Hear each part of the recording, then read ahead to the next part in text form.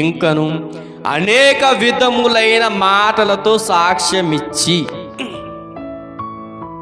అంటే పేతురు గారు ఒక్క సువార్త మాత్రమే కాదు, అనేక విధములైనటువంటి మాటలతో సాక్ష్యాలు కూడా చెప్పాడట.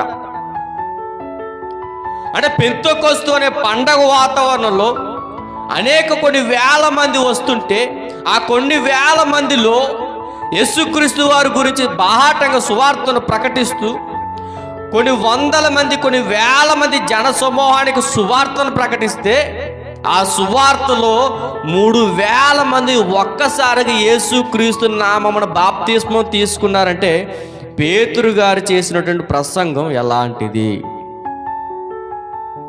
అలాంటి ప్రసంగాలు నేడున్న సంఘాలలో ఉన్నాయా అంటే లేవు.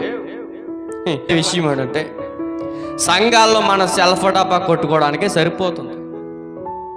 మన గురించి మనం చెప్పుకోవడమే తప్ప ఎక్కడైనా యేసుక్రీస్తు వారి గురించి చెప్పే దాఖలాలు కనబడుతున్నాయా అంటే లేవు.